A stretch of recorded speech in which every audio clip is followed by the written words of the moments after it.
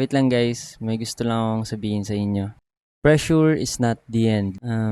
Alam ko lahat tayo nakakaramdam ng pressure sa buhay at madalas tayong nakakaramdam ng stress. Pero hindi ibig sabihin nun tapos ka na. Sabi sa 1 Peter chapter 5 verse 7, "Cast all your anxiety on Him because He cares for you." Kapag nakakaramdam tayo ng pressure sa buhay, like expectation ng ibang tao, mga bayarin ng tubig, ilaw, mga bills, at kahit ano pang pressure na nararanasan natin dito sa mundo. Normal na ma-stress tayo, pero pressure doesn't mean na tapos ka na.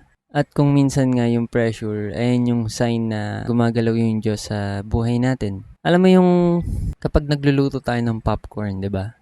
Kailangan natin ng pressure. Kailangan pumutok para maging masarap. At sa buhay, yung pressure na nararanasan natin, pwedeng maglabas ng the best version ng sarili mo. Kaya instead of giving up, give it to God. Siya yung bahala sa bigat na yan.